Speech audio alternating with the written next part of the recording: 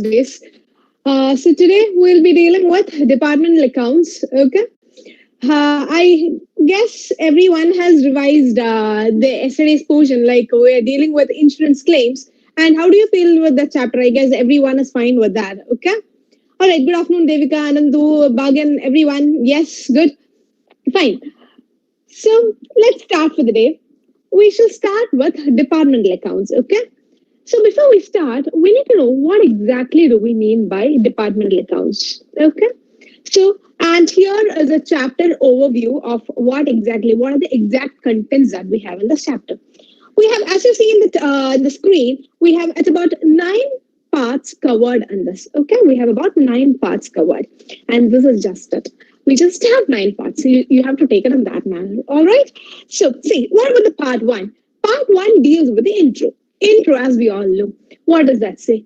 How is what do you mean by departmental accounts? All that is being discussed under introduction part. Okay. So why do we need these departments and why is the system of departmental accounts in place? All that is there in this part one. We'll have a quick revision of that. Okay.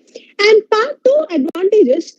Why do we actually have to create this departmental accounts is what we deal with the advantages. Okay.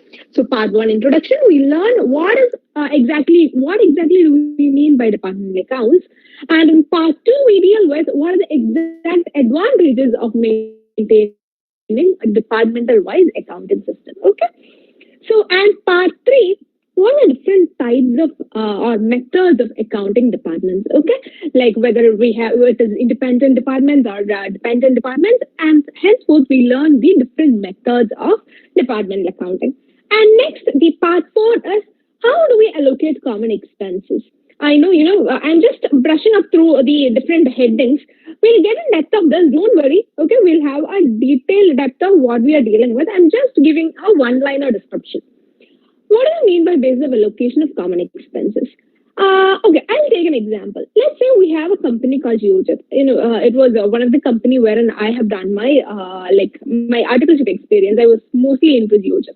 So if we take the example of Geojit, what happens is like there are many departments, not just in Geojit. I'm just quoting the example of Geojit since I'm more into that industry or rather the company. I have a better clarity over there. So let's take Geojit. What happens is we have too many companies or we have too many departments as such. Let's say we have purchase department, we have sales department. Okay. So what exactly do we mean? See, we have a parent company and this parent company will be incurring expenses as a whole. Okay. And parent company's common expenditure will have to allocate it between the different departments. Okay. Let's say, for example, we have a building or rather we have a room space of, let's say 1,000 square feet. Okay. And in this 1,000 square feet, we have purchase department, we have sales department, we have HR department and things of that kind. Okay. So, and for this 1,000 square feet, let's assume that Geojit is paying a total rent of, let's say, 1 lakh. So this total common expenditure of 1 lakh, we'll have to divide it into different departments. That is exactly what we mean by allocation of expenses. Okay. So what are the common expenses incurred by a company, and that we'll be allocating between different departments. Okay. So we'll get into that. Don't worry. And what are the different types of departments? We'll see, not an issue. Interdepartmental transfers, there'll be transfers from purchase department to sales department and sales departments to maybe some other shops or something of that kind. So we'll have to have a depth of knowledge of that as well. Memorandum stock and memorandum markup, not to touch at this moment because a bit complicated. Rather, I would say it's an extra the additional adjustments come in this part. Okay, so we'll deal with that in the next section maybe. And then we have obviously accounts, as you all know, we have to deal with illustrations. Okay, we'll be dealing with about 8 or 9 illustrations in this chapter, and then we'll come up with the conclusion. So these are the main 9 parts that we are dealing with. Okay, so as you see, we have the introduction part, we have the advantages, we have what are the different methods of departmental accounting. How do we allocate common expenses? What are the different types of departments? Interdepartmental transfers, memorandum stock and memorandum markup, let it be there. Miscellaneous illustrations. Okay, and we have the conclusion. So listen, introduction, just a brief of the topics. Okay, listen, what do we mean by introduction? And I don't want you to write all these down. I'll tell you what exactly is to be written. Okay, So introduction part, they have said why is this required? Okay, why do we need departmental accounts? See, I'll just read it out and then I'll explain. If a business consists of several independent activities or is divided into several departments for carrying on separate functions, the management is usually interested in finding out the working results of each department. As in, it is just this. See, as I said before, we have purchase department, we have sales department. Let's say we have put all the departments in one loop. So it becomes very difficult for the management as to judge which department works more efficiently. Okay. So what do we do? We'll have departmental accounting in place so that we analyze what exactly are the plus of purchase department, what are the negatives, so that management will be able to take corrective steps to get into that. Okay, to know what exactly are the requirements or what advantages or what corrections need to be made in those areas. Okay, and then to the advantages, see, evaluation of performance. We'll be able to evaluate between what are the advantages of one department, what are the which one needs more correction and things of that kind. These are you don't have to take this down, just have a glimpse of it. Okay, that is more than enough, because we, as we know, accounts is mostly a problem paper, so we can expect only about 4 marks from the entire syllabus. So this is only for a brief glance of it, because you just have to know this is exactly the study material content. Okay, so you will be able to know these are the topics. Okay, we have introduction, we have advantages and things of that kind. Okay, so advantages, we have the evaluation of performance. See, we have different employees in different sectors or different departments. We'll be able to evaluate which department is actually working in a better manner. Okay, so we'll be able to evaluate the performance of it. Growth potential, similarly, which department has a higher growth, or which we need to focus more so that it will have a better growth. Okay, justification of capital outlay. Let's see, do we have to invest more in purchase department, or do we have to invest more in sales department? The infrastructure setup, which one do we have to focus? All these will be able to understand only if we get a better clarity of what exactly, or rather which department needs the much more clarity. Okay, so do one thing. Just note this down. The advantages of departmental accounting. Okay, departmental. Okay, I'll do one thing. Just take a note of the chapter overview, and then, because you get a brief of this, right? So take a note of chapter overview. We have 9 points under that. So take a note of that, and then we'll discuss with that. Okay, further. And once you're done with this, the same practice as we always does. Give me a thumbs up once you write the chapter overview. Okay. Everyone, make it fast. We just have 9 steps. Very simple, very easy. And of those 9 steps, see, don't count the number. After all, at the end, we are mostly focusing on the miscellaneous illustrations part, which will be mostly into, we'll have a deep discussion over there. Okay. So the other 9 parts, just for a clarity purpose, just take us note of it. And as I said, I'll need everyone's note in the WhatsApp group. Okay. Because so that I just have to ensure that you guys are not sleeping during the class. Okay. So just do keep a note of this. Take a the note of chapter overview, and once you're done,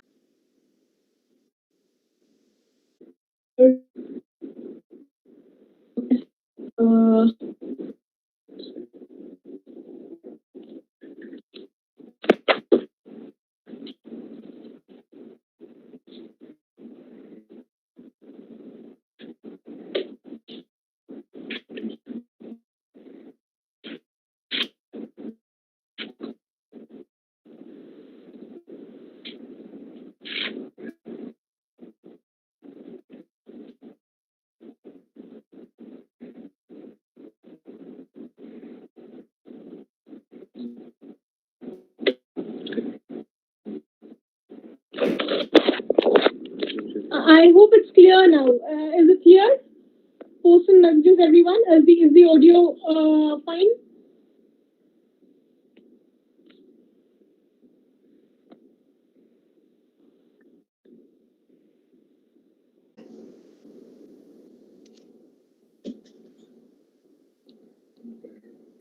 Okay. So, okay. So we'll just note of it. Do I have? I guess the chapter overview part is fine for everyone. Shall we start with the? I shall read the introduction part now. See, listen. Introduction part. What do we mean by departmental accounts? It's just this. If a company has different departments, it's very difficult to maintain the accounts of all departments in one single book, right? So what do? We just separate it. We just segregate it. Just like your your notebooks. You have 8 subjects, right? So in this all these 8 subjects, you write it in different books. You don't maintain single book. Okay, we write it in different books so that we have a better clarity of each and every subject.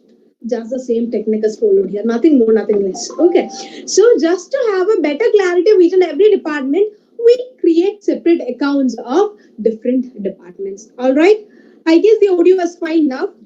All right, okay, good, fine. All right, so it is just this. So I guess you can write down this introduction part. It is there in the screen, so keep a note of it. Okay, just after writing, just let me know. I guess by now everyone is clear as to what do we mean by this departmental accounts. Just the introduction part. What exactly are we going to do? I'll brief it once more. In the meantime, keep on writing this. Okay, introduction part. Keep on writing this. I'll just give a brief of that. And after writing, post messages for that. Okay, is the audio and video fine? Okay, fine. All right. Listen, I guess, see, once you complete this, please give me a message. Once you write down this introduction, let me know. Okay, fine. Yes. Okay, so it is just this departmental accounts, nothing but a company, a big company's accounts, you are dividing it into smaller books. That's it. Okay, nothing more, nothing less. I guess everyone has written down the introduction part. All done? Everyone? Yes. Just 3 sentences. Make it fast. Just 3 sentences. All done? Yes, fine, perfect.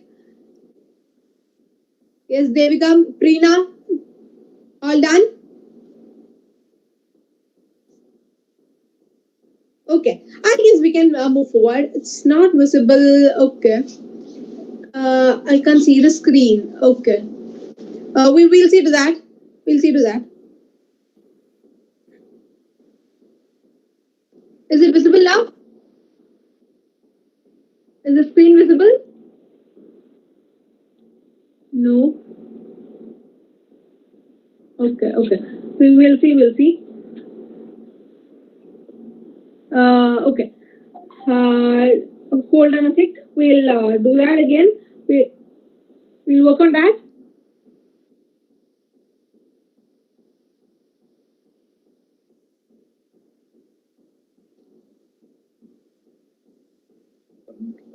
Is it like...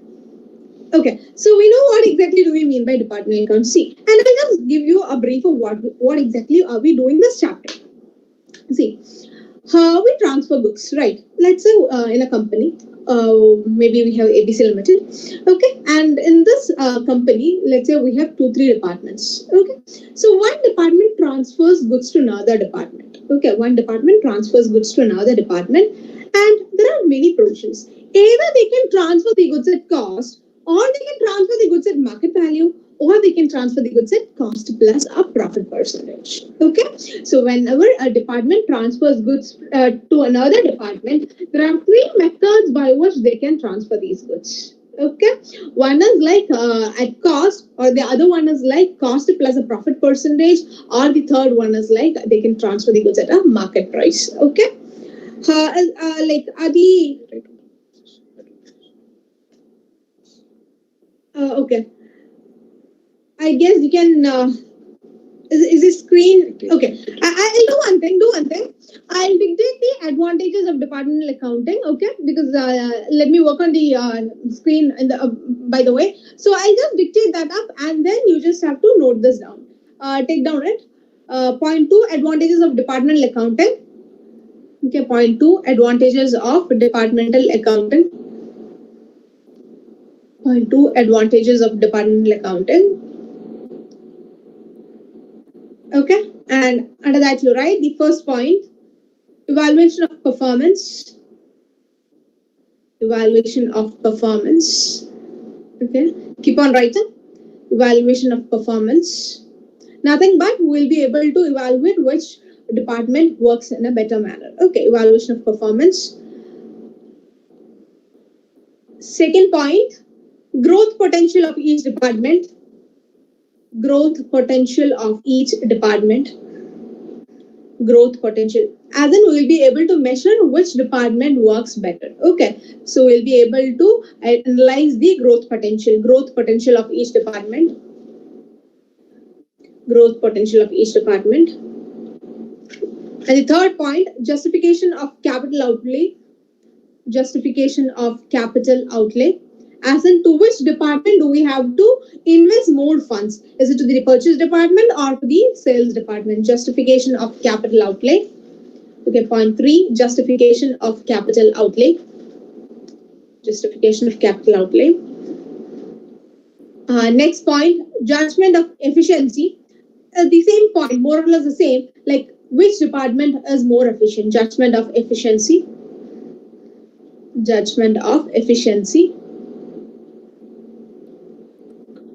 Okay, judgment of efficiency.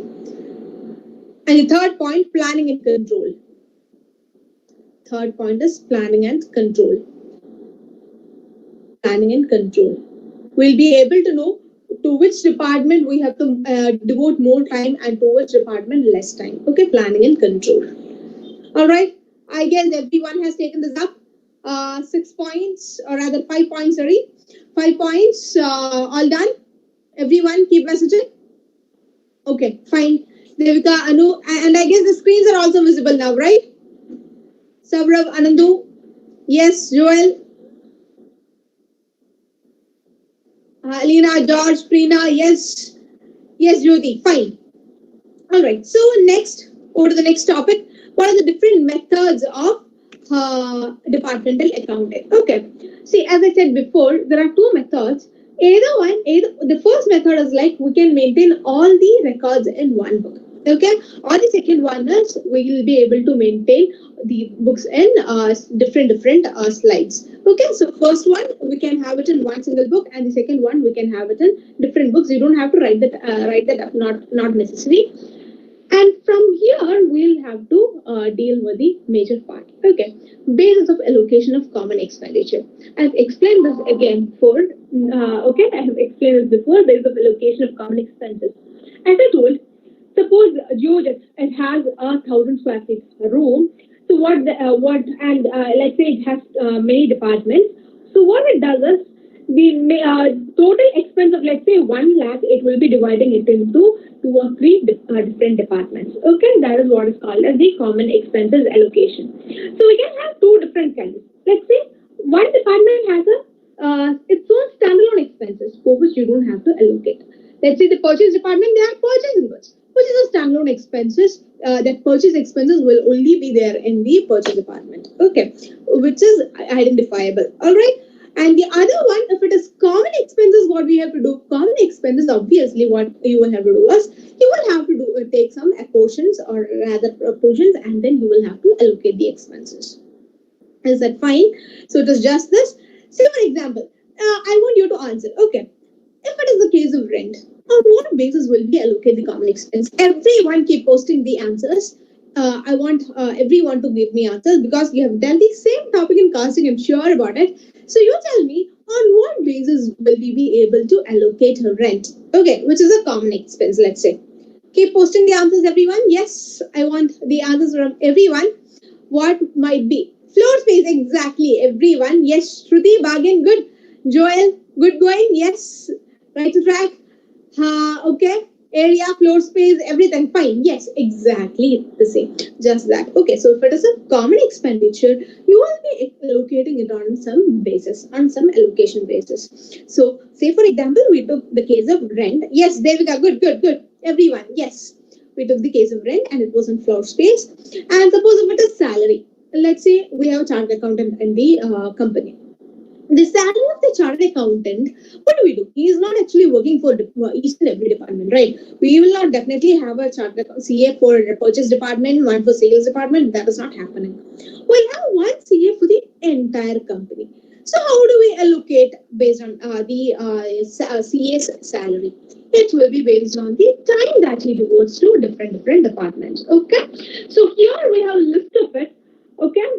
As in how do we allocate different expenses, more or less. You have learned all this in your costing and capture. Anyways, we'll just break through that. Rent rates and taxes we have already discussed. We'll be classifying that on the basis of floor space. Maybe you can just scribble this down. Just take major keywords. Okay, rent is on the basis of floor space. Lighting and heating will be based on the consumption of energy. Just like that, and selling expenses will be based on the sales of each department. Let's say we have three departments. We have three sales department. The selling expenses will be allocated on the basis of the sales of each department. Wages, the time devoted, as I said, the case of a chartered accountant will be explain or devoting it based on the time allotted by this year to each department. Labor welfare expenses. Let's say we have too many employees, or rather workforce. Okay, how will we allocate the course based on the number of employees in each department? Okay, that is it. You don't have to take this up. It is not required because you are very much aware of it. So it is not required. All right. And now the types of department. Okay, we can have two different types of departments. Okay, we can have two different types of department. One is independent department and the other one is dependent department. Okay, we can have two major types of departments: independent department and dependent departments. Independent department, nothing but they work independently. They are not related. Okay, maybe say what do we say? The functions are standalone. Let's say we have two different departments, department A and department B. The function, the department A in no manner depends on department B, and that is called as independent department. And in the case of dependent department, they'll be transferring goods from one point to another. That is what is dependent department. Okay, you don't have to keep on writing all this. Okay, do one thing. Keep a track of this types of department, dependent and dependent. Just scribble it out. It is way too simple. Just keep a note of this, everyone.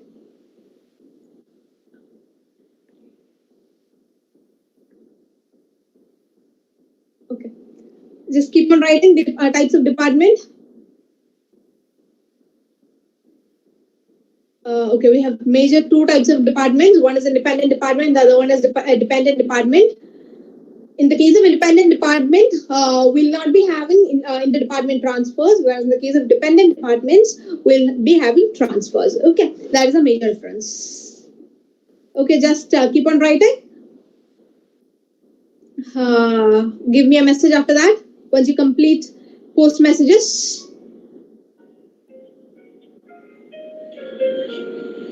Yes, Thomas, fine, good. A bit of theory, don't worry, maybe hardly 5 minutes more. That's it. Okay, and then we'll move on to the problem part. Don't worry. Briefly, more or less the same thing we are. The intention is just this, so that you get idea of your textbook as well. You don't feel like not touching the textbook again. Okay, it will be a student friendly, so that you will be able to check the text each and every time, because exactly the same points we have covered. It is only for that purpose that we are dealing with the theory part as well. You don't have to give too much of focus, but just to have a outline idea of it. Okay, everyone done? Yes, Joel? Fine, good. Okay, others? Okay, Ria, you're going to post the notes today, okay? Ria? Yes, fine. Okay, Shruti, Anandu, good.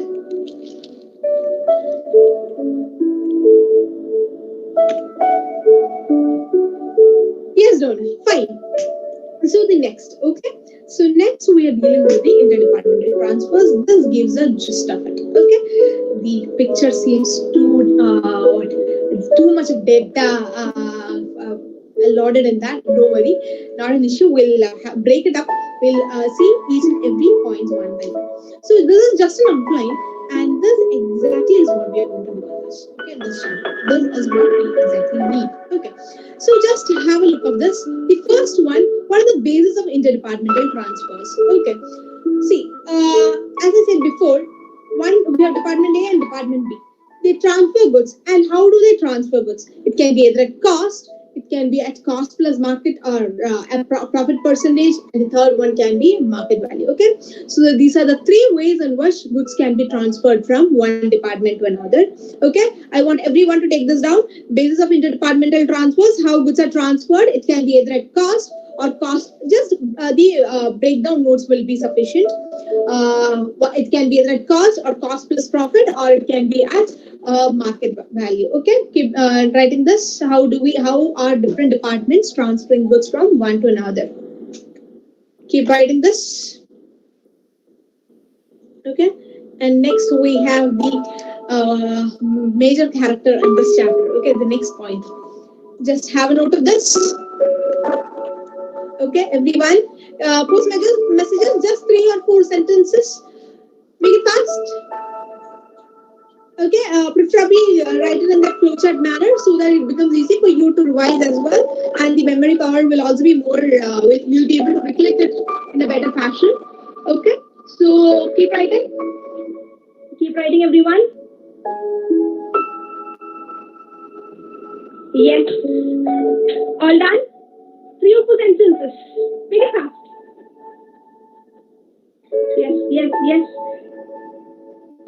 Okay, Anu. Okay, Joel, fine. Shruti, Thomas, George, Bagan, Anandu, Saurav, Ria. Okay, fine, perfect. All done. Yes, there we go. Good. Now listen. Now we have the major task of unrealized profit. Okay, be very attentive, everyone. This is very important point to be covered. I'll explain this way. Okay, let's say we have 2 departments. Okay, which company's example do we take? Maybe which one? Eastern. Okay, let's say we have 2 departments because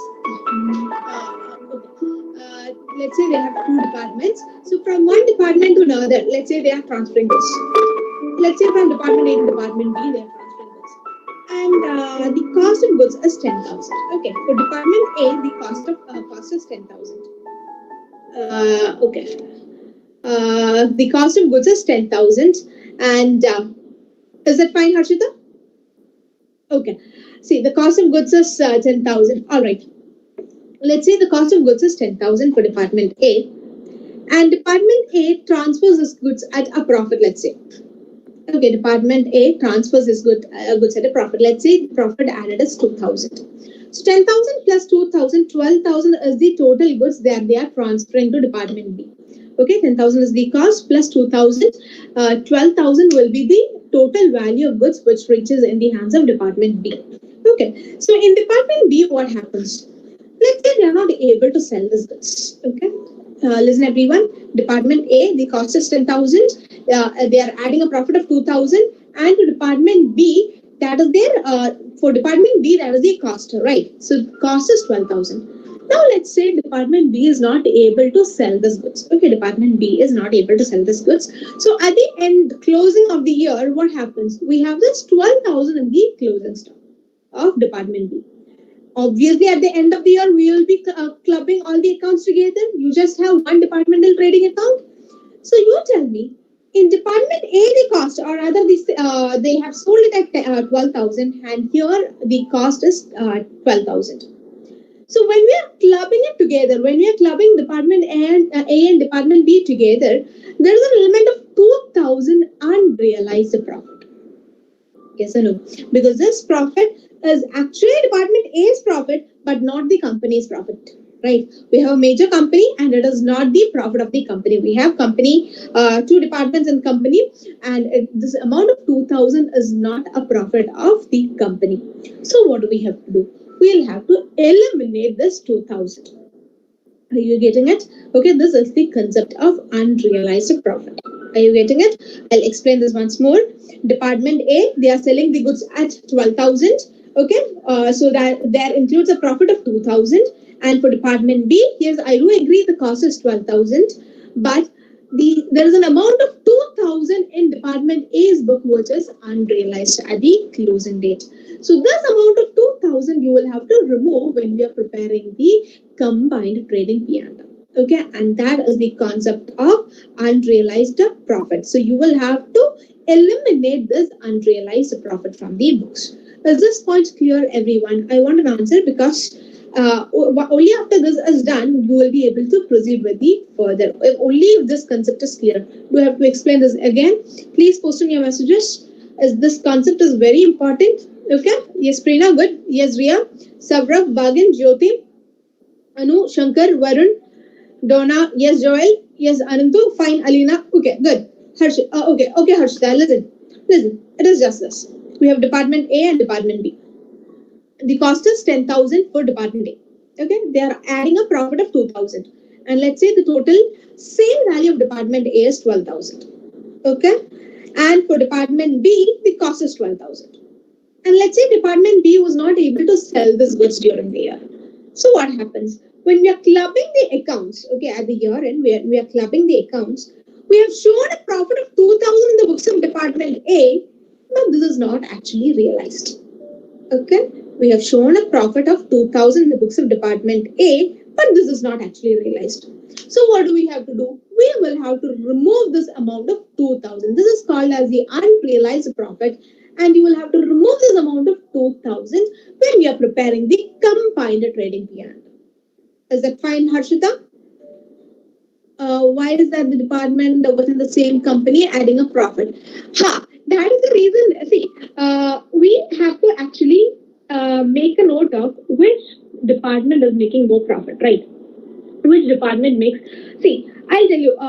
Classic example will be like we have a few employees in Department A and we have few employees in Department B.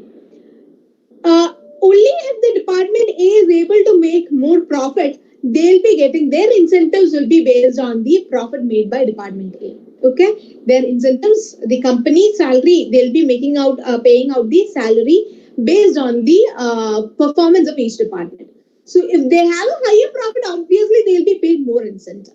Okay, so in order to cover this, what we the Department A, they'll be adding a profit element to that. Okay, so that they can show that they are able to have a better profit themselves. Okay, Thomas, fine, good. Okay, so keep a track of this, keep a note of this. Elimination of unrealized profits. Okay, shall I proceed? Keep messaging me. Is this part clear? And once you're done with this, please message.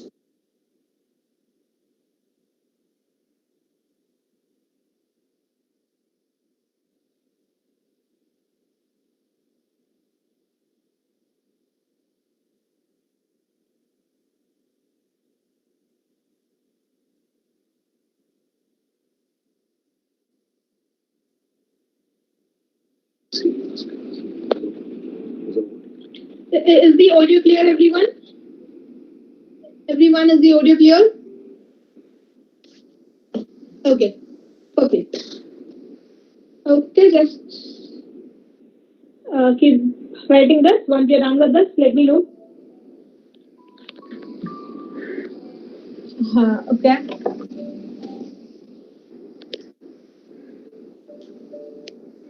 That's good actually. It's good. It's good.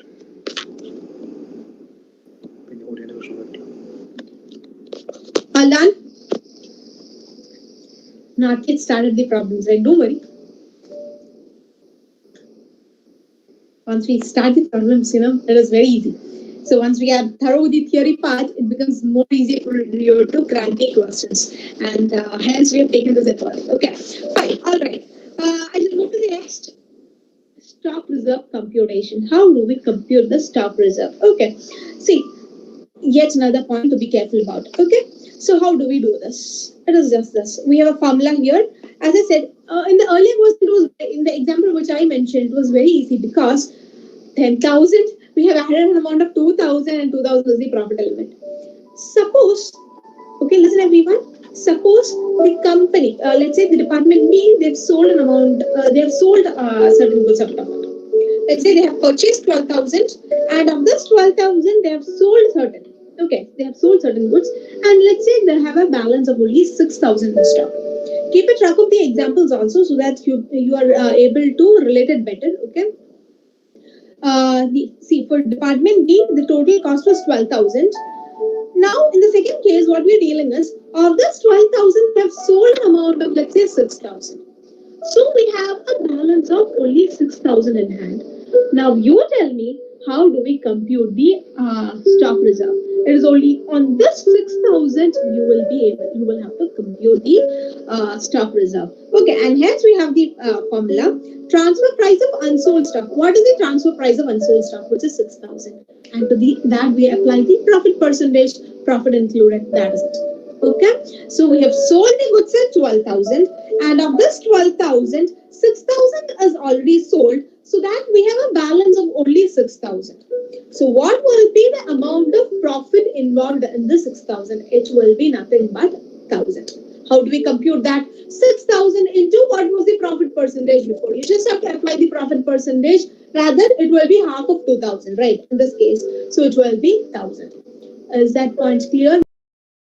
You need to have a proper grip of this area. Only then it will be easy. Okay. Okay. Fine.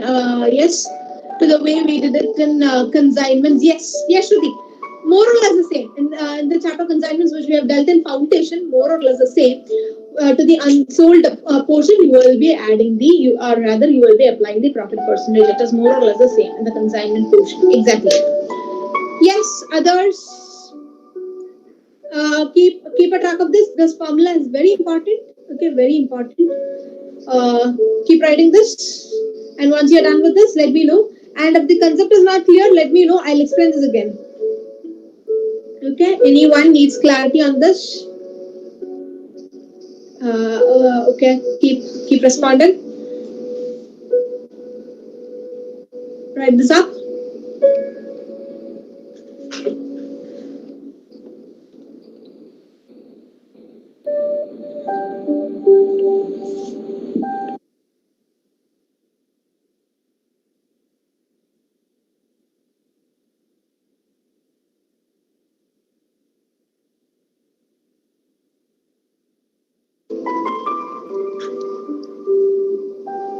Okay. Listen. Okay, Jude, listen. It was just this.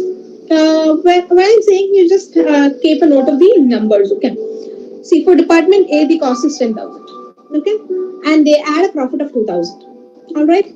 So, how much is 2,000? It is nothing but, see, for 10,000, 2,000 is 20%, right? So, 10,000, they add 20% profit, and for them, the sale value is 12,000. Clear on that?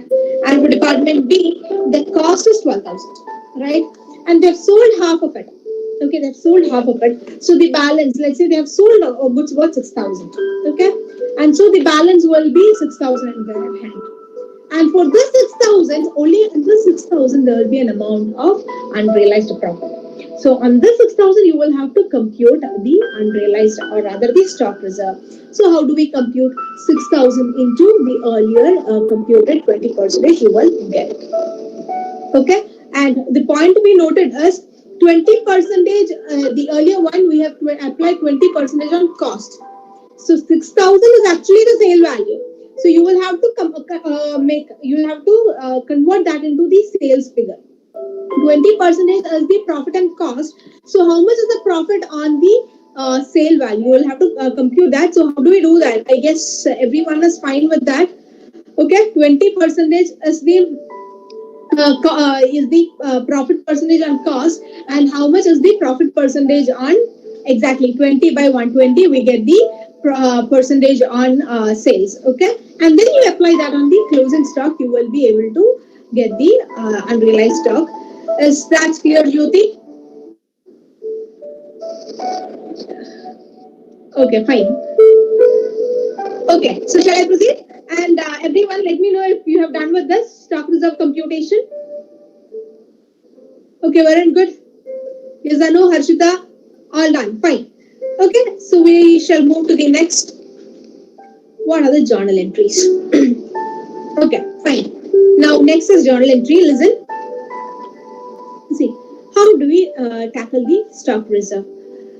So, how can we do that? Let's what we do is, we have reserve amount. So, stock reserve, in the case for the 2,000 profit. Fine. Now, is the audio clear now? Okay. Okay.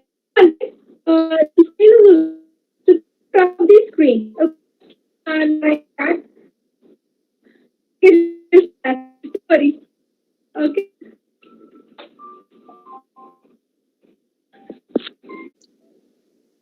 Listen, listen, everyone. See, Department A, they would have sold this. They have sold this goods at 12,000, right? And this amount of 2,000 is the unrealized profit. So right now, what is the situation? In the sales, there will be amount of 12,000. Okay, in the sales, there will be an amount of 12,000. So from this sales, you will have to remove an amount of 2,000. Okay, you will have to remove an amount of 2,000.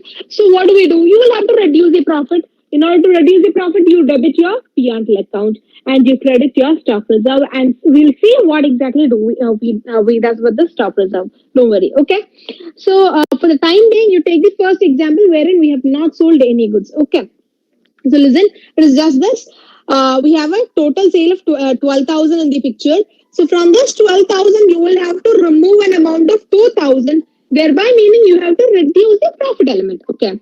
So to reduce the profit element, what we have to do is we'll have to debit the P&L, right? If it is a profit, you credit it, and if it is a loss, you will have to debit it.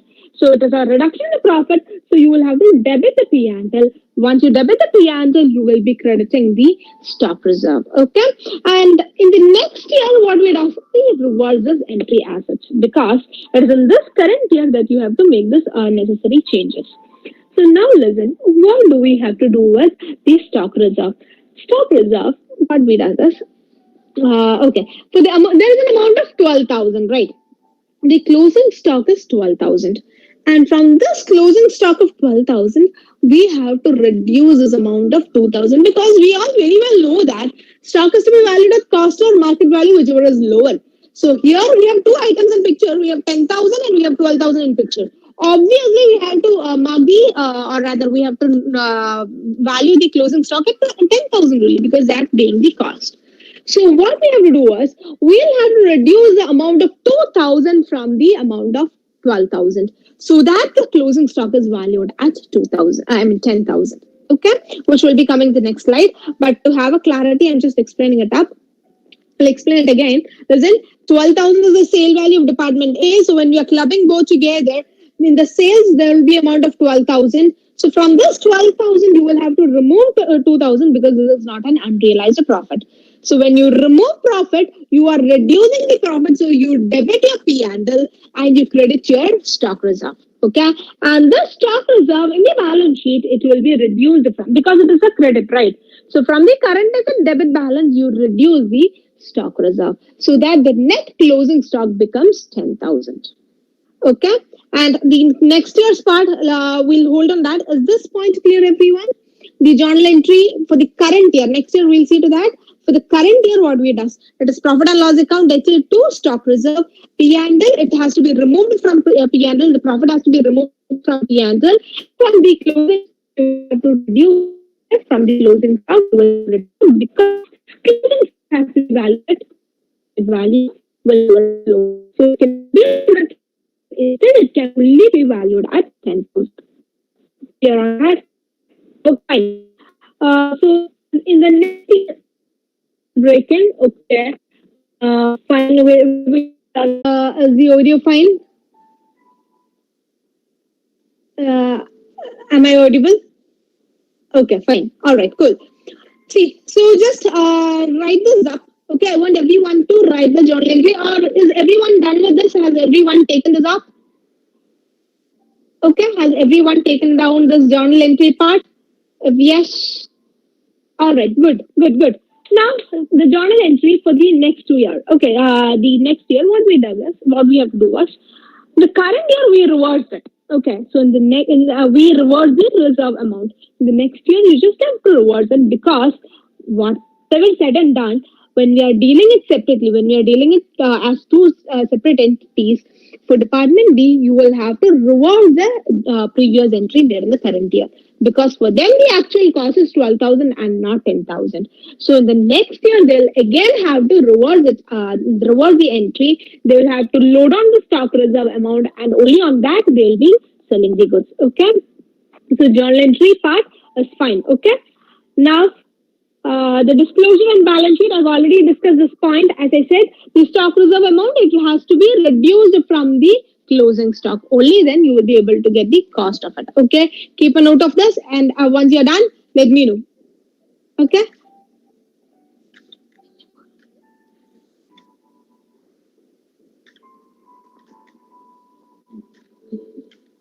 Okay. Everyone, keep on writing this.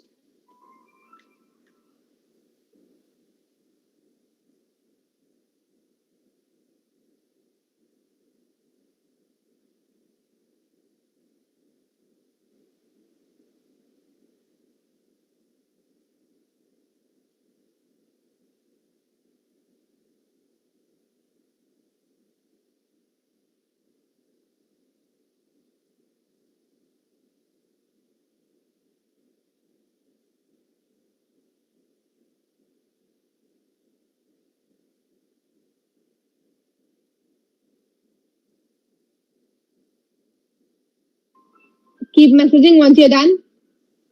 Okay. Once you have written all this up, just give me a message, post message. Only what is in the flowchart you need to write it down. Disclosure and balance sheet, only the flowchart point you need to write it. Yes, Anantu, Shruti, Anu, Harshita, we are done with the theory part. Don't worry, we are done with the theory part. Ria, Trina, Joel. Okay. Yes, Bhagan, Savrav, George. Good. All right. So, okay. So we have done with the theory part. So now I'll just briefly revise through this. We discussed we have independent branch, dependent branch, only the key areas, okay? And the major point is unrealized profit. How do we pass the journal entry for that is the major point, okay? So for unrealized profit, the current year you have to eliminate it, you have to reduce it from the closing stock, and the next year you will have to reverse it up because it is in the for the next year. The actual cost for Department B is 12,000, so you will have to reverse it up in the next year. Okay, so these are the points. The brief intro of what exactly this chapter is. Okay, so shall we straight away go into next chapter? I mean, next question. Sorry, next question. Okay, all right. See, we've done something new. We have mentioned, so for each question, we have given some unique names, or rather, the names are very familiar to you. Surya Vamshan Private Limited, the names are very clear to you. Only point is so that you will be able to recollect the question based on these names. Okay, that is the only intention. It is not just not done for a fake of joke. No, take it seriously so that you will be able to revise or recollect the question based on these names. As these, rather than saying ABC Limited, you will be able to keep a track of these notes pretty easier. Okay, so and in the okay, the screen is okay. So from now on, for each question, we will be giving a familiar name so that you are in a better position to recollect the questions. Okay, so the first question, everyone take your textbook. All right, it is illustration 1, question page number 12.10. Illustration 1, page 12.10. I'll just read out the question. Okay, I'll just read out the question, everyone. Has everyone taken your books, textbook? Is your textbooks in your hand? Okay. Everyone post messages. Yes, yes. I want the energy from your end. I know it is afternoon session. I want the energy. No way out. Okay, good. Listen, I'll read out the question. In Suryavansham Private Limited, goods are transferred from Department A to Department B at a price of 50% above cost. If closing stock of Department B is 27,000, compute the amount of stock reserve. Okay, we have dealt exactly the same example just before. Exactly the same example. Now listen. before we proceed, there is a certain strategy in which we'll be tackling every question from now on. Okay, there is a special strategy wherein we'll be following, which are these steps to be done first. Okay, so for every question from now on, you will have the basic data, which is working one will be the basic data. It will be an analysis of the question. Okay, and then you will have the final answer followed by the working notes. Okay, so listen, this is the question which is readily available in your textbook. I have done a brief of that or other analysis of that. Listen, Department A, Department A, they are transferring goods at cost plus 50 percentage. Okay, 50 percentage to Department B. All right, Department A, they are transferring goods at cost plus 50 percentage to Department B. And Department B has a closing stock of, let's say, 27,000 in their hands. Okay, as I said, Department A, they are transferring goods to Department B at cost plus 50 percentage. And in Department B, there is a closing stock of 27,000. And what are we asked to compute? We are asked to compute the stock reserve. Okay, we are asked to compute the stock reserve. Now, everyone, you tell me which department will be having the profit? Is it Department A or Department B? Keep posting the messages. Which department will be having the profit? I want the answer from everyone. Which department will have? Obviously, because yes, good. Department A, everyone good. Department A is the one which sells goods. So obviously, Department A will have the profit element. Okay, so this part is clear. And this is the department we are looking for. Department A will have the profit element. So how much will be the unrealized profit or the stock reserve? How do we find? Listen, everyone, carefully.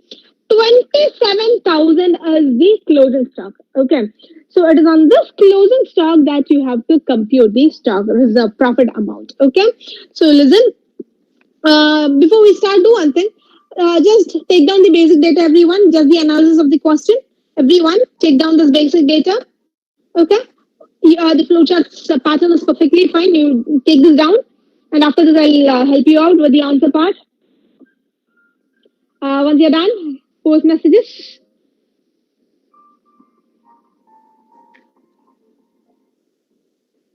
Yes, yes, yes, done. Anu, fine, good, Riyam.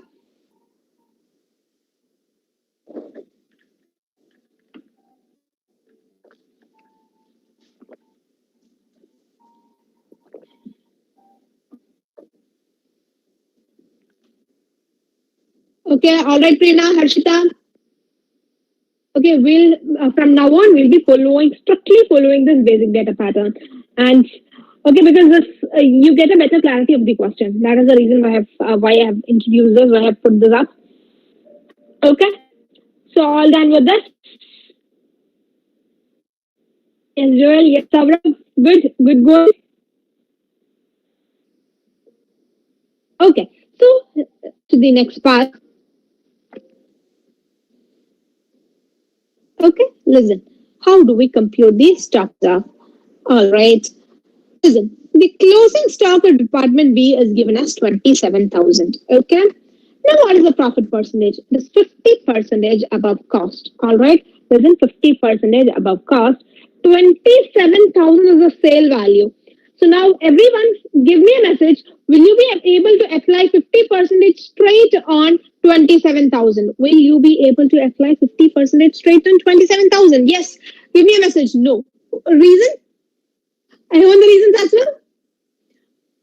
Yes, you will have to apply it as 50 by 150. Reason being, 27,000 is the sale value and 50 percentage is on cost. So you can apply that only the 50 percentage you can apply only the cost and not on sales. The 50 percentage you have to convert as a percent sales. Okay? So here we have the profit the department included in stock 27,000 into 50 by 150. The profit stock is at 9,000. Okay, and that's just the step work how to compute the stock reserve. When all one in stock. Okay, still break. Okay, we see that. In the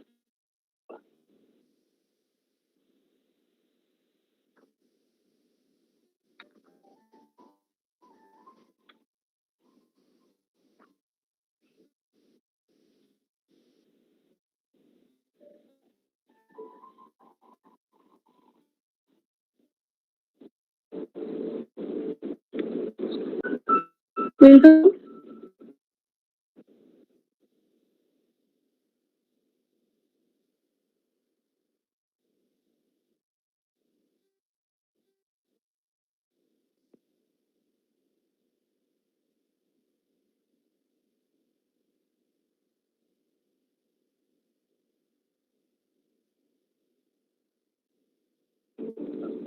Is it better now, students? Is the voice better? Is the audio better now?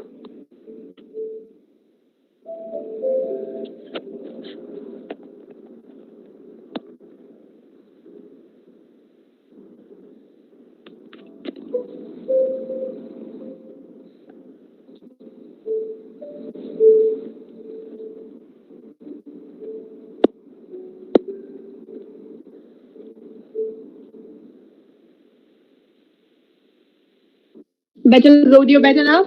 This. Okay, the answer is as simple as that. 27,000 into 50 by 150, you will get the stock reserve. Okay, 27,000 into 50 by 150, you get the stock reserve. Is it clear? Everyone, keep writing this. Now take this down.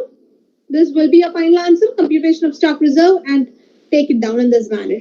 Okay? Yes. Once you're done, give me a message. See, this chapter is very simple. Not to worry. Okay? All done? All clear? Yes, Harshita, George, Devika. Take your time, not an issue. Take your time, understand the concept, and then write. Ria, good. Preena, fine. Anju, yes, Joel.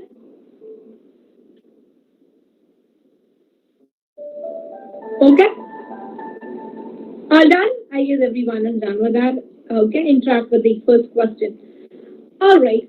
So now shall we proceed with we shall proceed with the second question. Okay. All right. Be strong. Yes.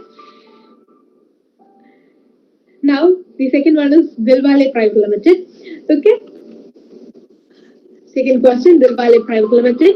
So that you have see, as I said, all these are only to have a better to enhance your memory card. Okay. So question two, I'll just read out the question. See, and a point to be noted is when you're writing the basic data, okay, when you're writing the basic data, you don't have to write up any figures which are given in the table because it is just a double time task. So that is not required. If any figures are there in the wordings, okay, in the paragraphs, you just have to pick out that numbers and then write it in the basic data. And if there are no numbers, again, you don't have to miss out the basic data. You just write the company name, how many departments do we have, okay? So I'll just read out the question.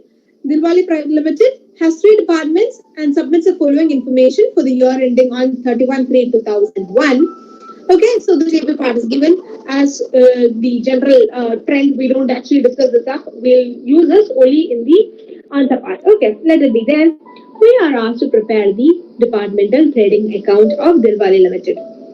Okay, so listen, this is the question. So in this, as you see, mostly all the numbers, all the figures are given in the table. Okay, so we don't actually have to take a replica of this, that is not required. Only in the basic data, what I write is what about the company. Okay, so that's just this sufficient, more than enough, because you don't have to write down the data in the table. That is not required. Okay, so just take this down. Working notes. Working note number 1: basic data. I want everyone to keep writing this. This will be our standard format from now on. I want it exactly in this format as well. Okay, basic data. Screen is not visible. Okay, we'll see to that.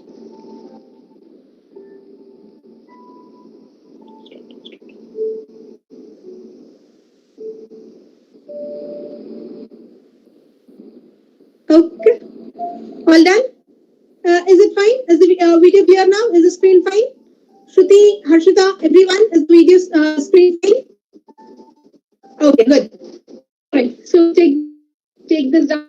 Working note this fine. Just given not required. Thus, is everyone give me a thumbs up. Working again, we coming today. We'll see. Um,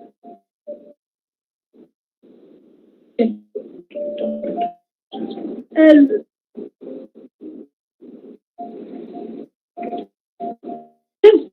getting this, okay. Start, use your pencil, use scale, and columns to sort of now.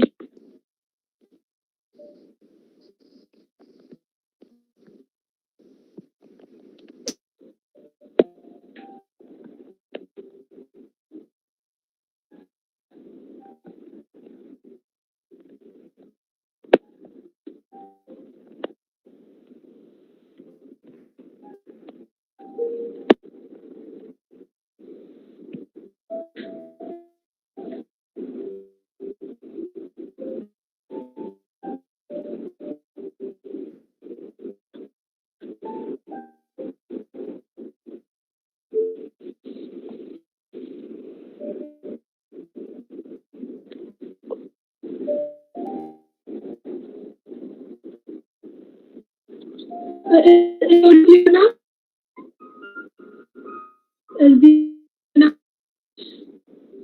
response no.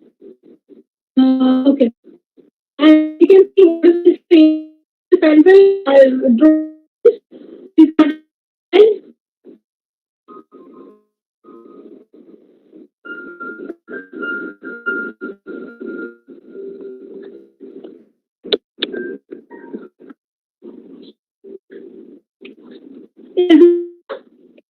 Is the audio fine?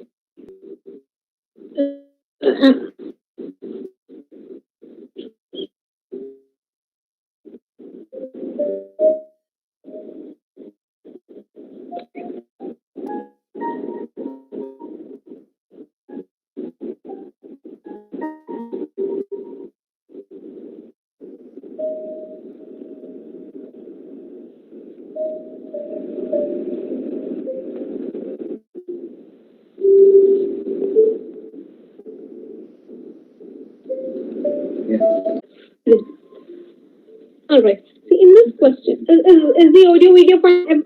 A perfect screen. Everyone is all that visible. Everything fine. Post your messages. Yes. Shruti. Yes. Thomas. Fine. Good. Okay. So listen. See, in this question, we are asked to prepare the departmental trading account. We are all very clear about trading account, right? What do we have to prepare in trading account? We'll have opening stock, we'll have purchases, we'll have sales, we'll have closing stock, and we'll have GP. And yes, if at all any direct expenses, that will also be there. Okay, it is just this. We have been learning this since +1, right? So when it comes to departmental trading account, nothing more, students. We just have 2 or 3 columns added. That's it. Because instead of one whole company, we'll be splitting it into Department A, Department B, Department C, similarly in the other side. So here, as we wrote in the working note 1, we have 3 departments to be dealt here. So we have drawn it. We have drawn the table as such. Particulars column, we have 3 departments A, B, and C. We have 3 amount columns for that, and similarly in the credit side. Okay. Now listen.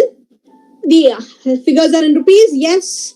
So the opening stock. Now, see, I don't want you to write this up. Okay, keep listening. Keep listening. That is more than sufficient. The opening stock, the figures are not available. Okay, opening stock figures are not available. Sales, the sales value, the quantity is given, sales number is given, but the unit rate is not given. Okay, we'll have to find that out. Now the next, okay, purchase. So the unit is given, but the rate unit is not given. What is the cost per unit? That is not available. Even for closing stock, we don't have that. We don't have the closing stock per rate, per unit rate. We don't have. Okay, and then GP is also not available. So this is actually but please don't write it up. Okay, I know you have drawn the outline, but please don't write this up. I'm just breaking up the question. See, so what is it? This is the answer. This is what we exactly need. We don't have the opening stock, we don't have the question, we don't have the quantity, we don't have the rate per quantity. For sales, the only missing figure is the rate. For purchases, we don't have the rate. For closing stock, also we don't have the cost, or rather the rate. And GP, obviously, once we get opening stock, we get purchases, sales, closing. GP is just a cakewalk, right? So we need to know all these figures. We'll have to compute each and every figure one by one, and only then we'll be able to prepare the department trading account. Okay, so this is the gist of it. Okay, so you got an idea of what are the details provided in the question, right? Sales, you don't have the sale price per unit. For opening stock, you don't have the cost, you don't have the number of units as well. Both the figures are not given, because number of units into the cost per unit, you get the value, right? So opening stock, the value is not there. The purchase also, you don't have the rate, the cost is not given. Closing stock also, you don't have the per unit rate, okay, or rather the cost. So now what we does is, here comes the working notes for that. We will have to compute the profit margin. Listen, what we have to do is, we have to compute the profit margin, because if the profit margin is available, then easily you will be able to find out the what the rates amount, the profit from the profit percentage. You will be able to compute the GP amount and things of that kind. Listen, the assumption is, we assume that the entire purchase that we have made, okay, the entire purchases we've sold it in the current year. Okay, we assume that whatever goods, because for purchases, if you listen, if you notice in the question, the total purchase is given. Okay, total purchase is given, but the individual, for department A, how much is the purchase cost? For department B, how much is the purchase cost? And for department C, how much is the purchase cost? That is not given. Only the total purchase is given. So what I will take an assumption as in, so as to compute the GP percentage, we assume that if all the quantity that we have purchased during the year, we have sold it during the year. Okay, we assume that all the quantity that we have purchased during the year, we sell it in the current year. So that what is the total profit that we arrive, and we'll be able to compute the GP percentage. Okay, we'll take it in step by step manner. I know you will have numerous questions. Don't worry, we'll connect the loop. Don't worry. Okay, so how do we compute the GP percentage? Is the step now. Listen, department A, as I said, you have the purchase quantity, right? 6,000 is the quantity and 40 is the per unit rate. So total, let's say all the value, all the units that you have purchased, we are selling it up. So these are the sale values. 2,40,000 is the total sales for department A. 5,40,000 is the total sales for department B. And for department C, 7,20,000 will be the total sales. So 15 lakh will be the total selling price. Okay. And now, if the total, what is the total purchase cost? It is 6 lakh. So total selling price minus total purchase cost, you get the GP. Once you get the GP amount, it is very simple to compute the profit percentage, right? So listen, the point is, we assume that the entire stock that we have purchased during the year was sold during the current year. The reason why we are taking that is because you will be able to compute the total profit and the GP percentage. Okay, so here for department A, you have what is the total sales. Okay, the total sales as in the purchase quantity sale. Department B, we have the purchase quantity sale. Department C also, we have the purchase quantity sale. So you get the total selling price if we sell the entire stock, and you reduce the purchase cost so that you get the GP amount, and GP divided by sales, GP divided by sales into 100, you get the GP percentage. Okay, is so far clear for everyone? Okay, nothing much. We'll be able to connect the dots. Don't worry. Just take this down, everyone. Profit margin. Give the heading as working note number 2, profit margin. Once you're done with this, let me know. Okay, don't worry. We'll connect the dots. Don't worry. Keep writing this. Keep writing the students. Very simple. Okay. I know you have drawn an outline for the answer. Keep, maintain space for that. And after that, you write working notes. You would have already written working note number 1. Working note number 2 will be profit margin. Okay, compute this.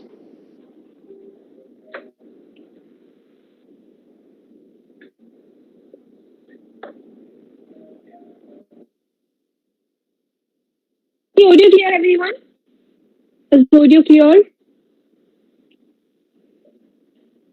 Is the audio fine? Please post in your messages.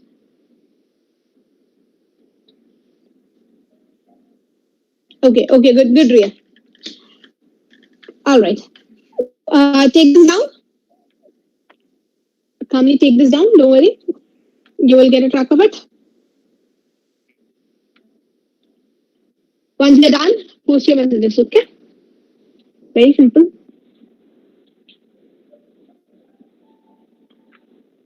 Okay. All right, Harshita. Good. Yes. Anyways, take your time, students. Use your calculators and then find out the answers, find out the figures, and then give me a thumbs up. Okay. Just don't copy this from the screen. Please don't do that. It is only for you. So keep writing, keep using your calculators as well. Yes, Jyoti, good. Preena, good. Shruti, yes.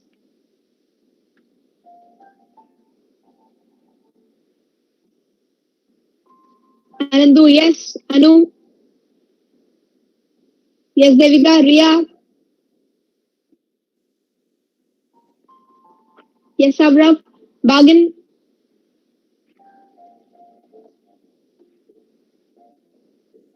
yes. Joel, Shruti, fine, good.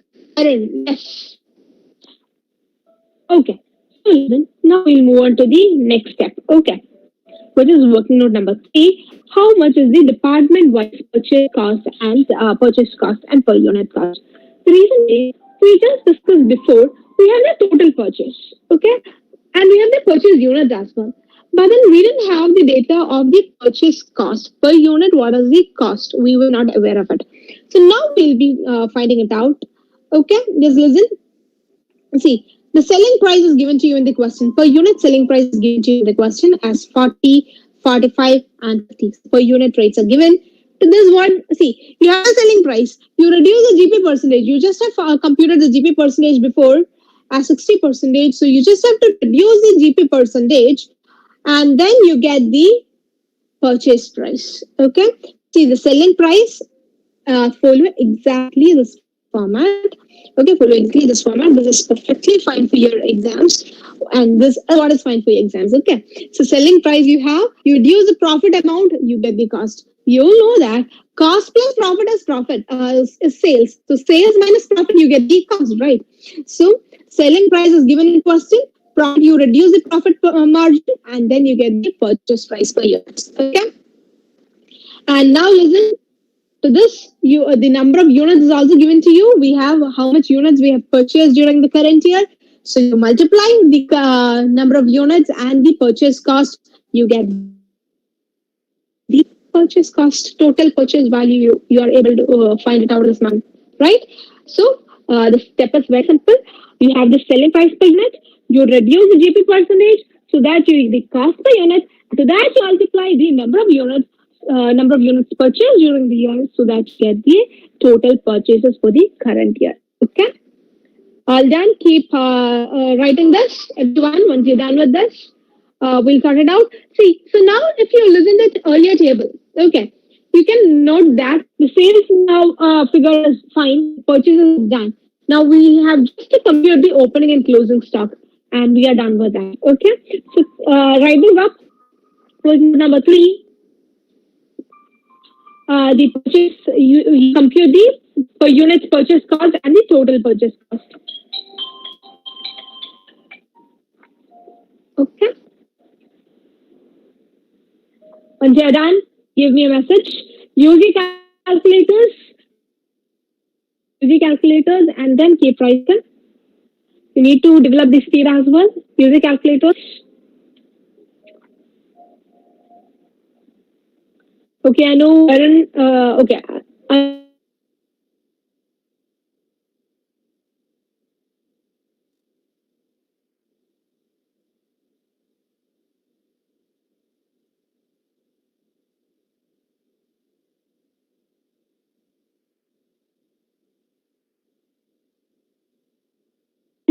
Use a scale, pencil, and all that. Scale, pencil, use your calculators and keep writing.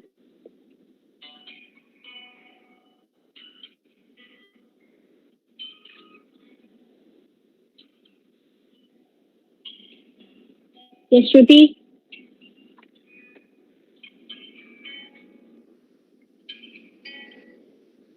Harshita, yes, good. Yes, Ria.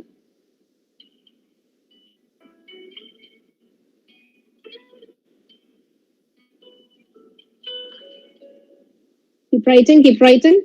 Post lunch session. Have the energy. Yes, Prina. Good going. Yes. Yes, Anju. Joel. See, we are connecting the dots now. Okay. You're connecting the dots. Yes, Devika. Bargain.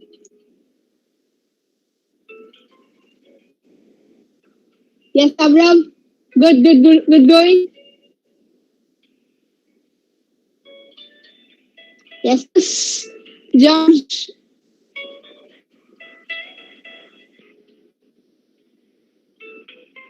All done. I guess everyone is in loop. Okay. So I'll just revise this quickly once more. We have the selling price per unit. You compute the GP percentage. You reduce selling price from selling price. You reduce the profit percentage, or rather the profit amount, so that you get the cost. The purchase units are already given you to purchase units into the cost per units. You get the total purchases, and that's it. And now, how do we compute the opening stock? So listen, when we saw the initial that the table, closing stock units was given, sale unit was given, and the purchase units was given. So isn't it very easy to compute the opening stock? Give me the formula, everyone. How do we compute the opening stock units? How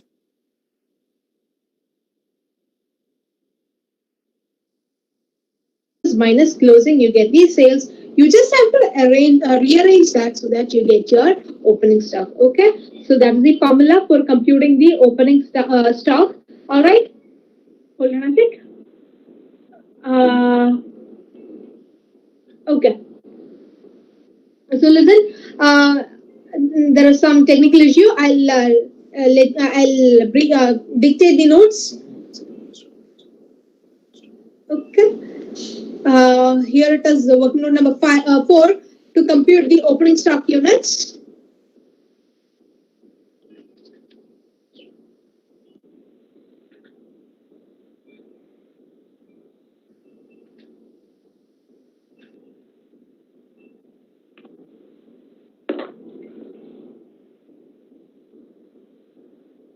Okay. Yes. Is the audio video clear, everyone? Is the audio video screens fine? Okay. Is the audio video and screens fine, everyone? Okay, good. Listen, is the BGM and all comfortable? Just to make class lively. Being the afternoon session, that's why we have added this. Okay. Everything is comfortable. Okay, we focus on visual learning. Okay, so we've all this here. Is everything comfortable? Okay, in like 2-3 sessions, the entire will find. Okay, we are doing the trial and errors. So the initial stage, as we all know, there will be certain issues, certain technical issues. Don't worry. In next 3 or 4 sessions, it will be perfectly fine. Okay. So okay. All right. Okay. Okay. All right. Now listen to compute the closing stock. Okay. Or rather, see, we have to compute the opening stock. We have sales units, it is given. Purchases units. Okay. All right. Okay. One step is actually missing in this. See, after sales, you add what do we add? See, after sales, you just have to add the closing stock. One step is missing. Okay, so after sales, here you will be writing closing stock, add closing stock. Okay, and take down the figures from the question so that you get the final answer of opening stock.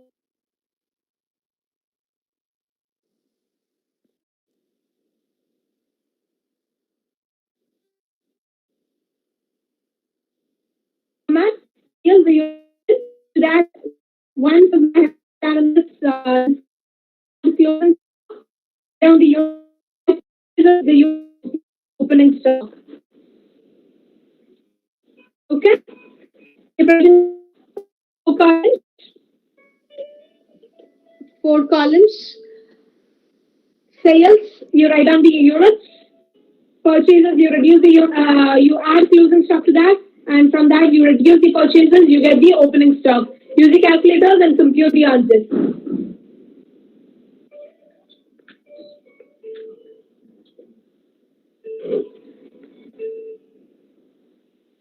Okay, compute it. Use calculators and then compute it.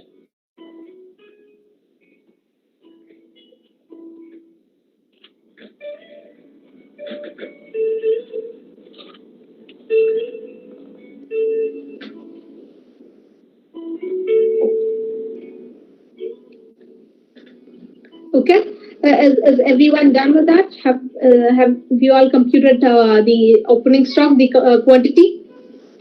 Is that done? The opening stock quantity, is that done, everyone? Once you're done, please message.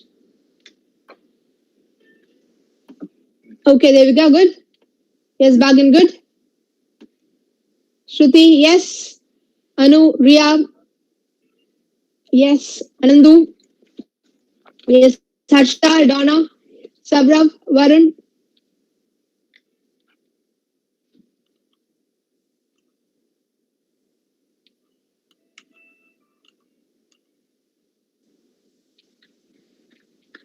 Okay, all done. So this is the working note number 4. And next, so just recollect. Now we have the opening stock units. We don't have the cost part. Okay, per unit rate is not available. Purchases, we have both. We have the value assets. So that issue is started. Sales, we have the value that was already given, the units and the rates was already given, that issue is started. Closing stocks, we have the units, but we don't have the per unit rate. So we'll have to compute that. And then you just have to balance it, you will get the closing stock. The gross profit, the GP. So the only figures left over is the opening stock per unit value and the closing stock per unit value. So next working note will be for that. Okay, how do we compute the opening stock per unit value and the closing stock per unit value? So here we have the next working note. Listen, the opening stock unit is given, fine. And then the cost per unit is also given. How do we compute the cost per unit? Listen, we have already computed for purchases sale price minus profit, you got the cost. Yes or no? So we already have computed the cost per unit of stock in step number 3. In working note number 3, we have already computed the cost. Because from sales, you reduce the profit, you get the cost already, right? So the cost into the opening stock units, you get the opening stock value, and the closing stock into the closing stock rate, or rather the cost, you get the closing stock value as well, right? So it is just a cakewalk, just pulling in the figures you have got elsewhere and making a table. That's it. You have the opening stock, which is already given in the question. Cost per unit, that is also, we have computed that in the working note number 3, because sales minus cost, the profit percentage, you get the cost. And then you get the opening stock units, and cost per unit, you multiply, you get the cost of opening stock. And then we have the closing stock units, and you multiply the cost per unit, you get the total value of closing stock as well. Okay, very simple actually, isn't it? Actually, two major steps. One was the computation of GP percentage. Okay, one was the computation of GP percentage, and the next was from the selling price, you reduce the GP percentage so as to get the cost. The major two steps all are this very easy. Okay, very easy. Just take this down. And students, please focus on the formats. I want it exactly in this format. Okay, so exactly in this format. We'll be writing it in this format. Uli, because for see, you just have to think it from the examiners, the valuer's point as well. Once you write it neatly in this manner, it becomes much easier for them to correct, and by then you will also be awarded more marks. Okay, than just scribbling it out. All right. So take a note of this, and once you're done with this, keep posting messages.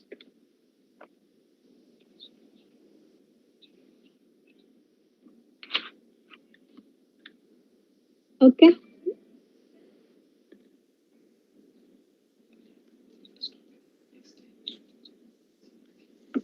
Okay.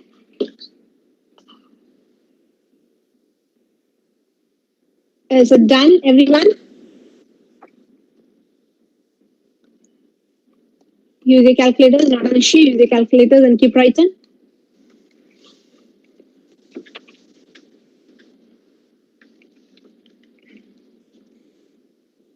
Very simple. Just to take the figures that we have already got before. Any doubts, anyone? In the meantime, if you have any doubts, please message me. I'll clear it up. Okay, Devika, good.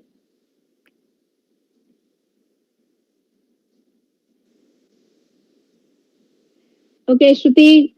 All right. See, now it is very simple, right? We have the opening stock, we have computed the closing stock, we have computed purchases, we have the sales figure already. Just to balance it, you get the GP. Yes, Ria. Anandu, good.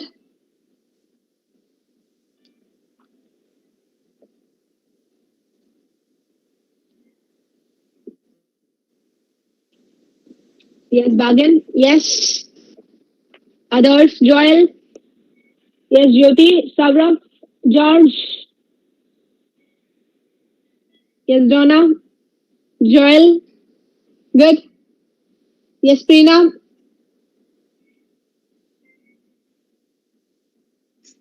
All done, I guess. Right. So now to the final answers. Just to pick the answers that we have already computed. Okay. So here we have the final answer. We have particulars, three departments ABC.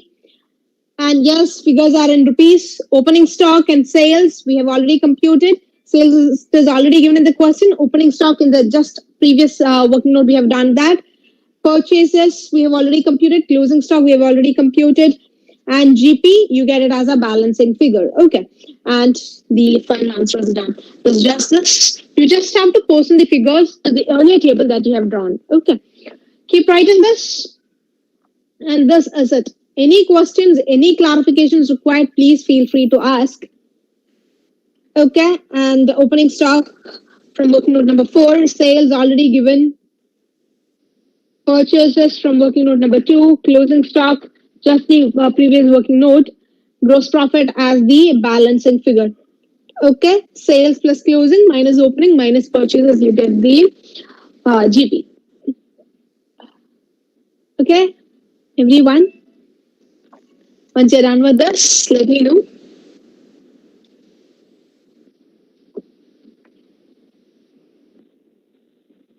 Okay. Any clarifications required, please feel free to ask. Any clarifications required?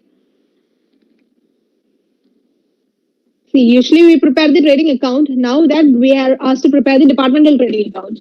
In that case, instead of one amount column, you will have the as many columns as of the number of departments. If you have three number of departments, you will have three columns, three amount columns. If it is two, you will have two amount columns. That's it.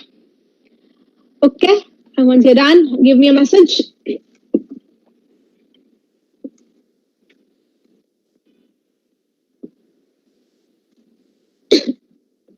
Okay, Harshida, good.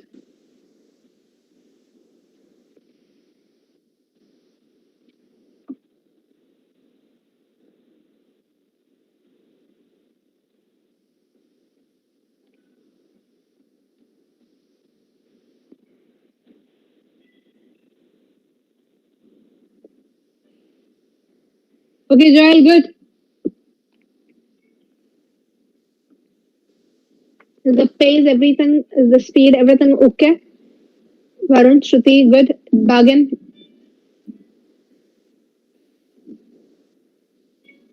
yes, we are good. Anu, good. Reena, Anandu,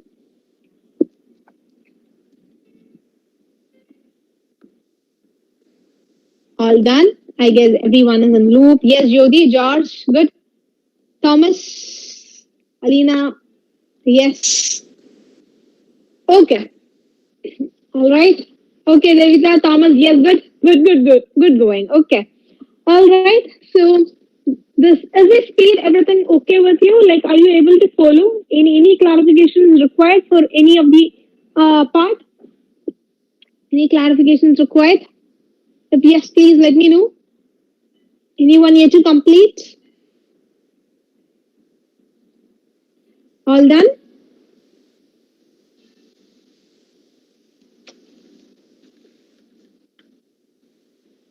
Okay. Everyone is fine?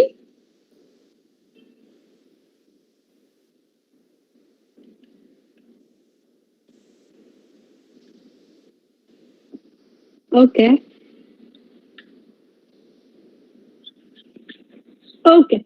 So we'll just see the class time is fixed as 3 p.m. today. They have some other issues. Okay. So we'll just quickly revise what we have learned today. Okay. We'll just quickly revise what we have learned. It is just those 2 or 3 points that we need to be we need to note. See, firstly, uh, the chapter overview. We said we have 9 parts.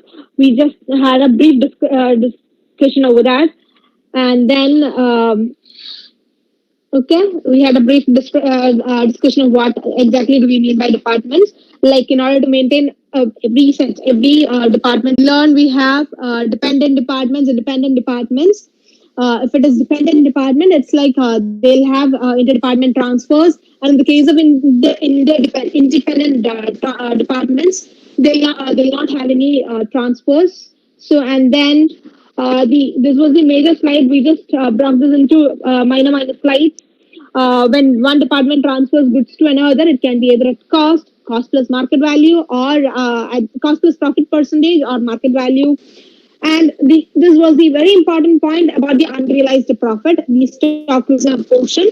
You will have to remove the unrealized profit because this is not a realized gain. You cannot record an unrealized gain, so that you will have to remove it.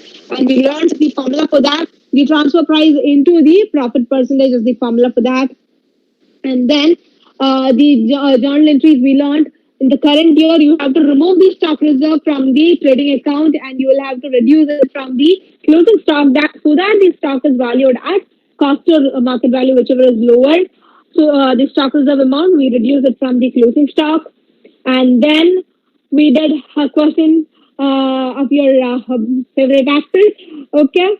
And then we analyze the question. From now on, keep a note. Working note 1 will be your basic data. Okay. Working note 1 will be your basic data. You will just analyze, you will be analyzing the question. You will be decoding the question. Okay.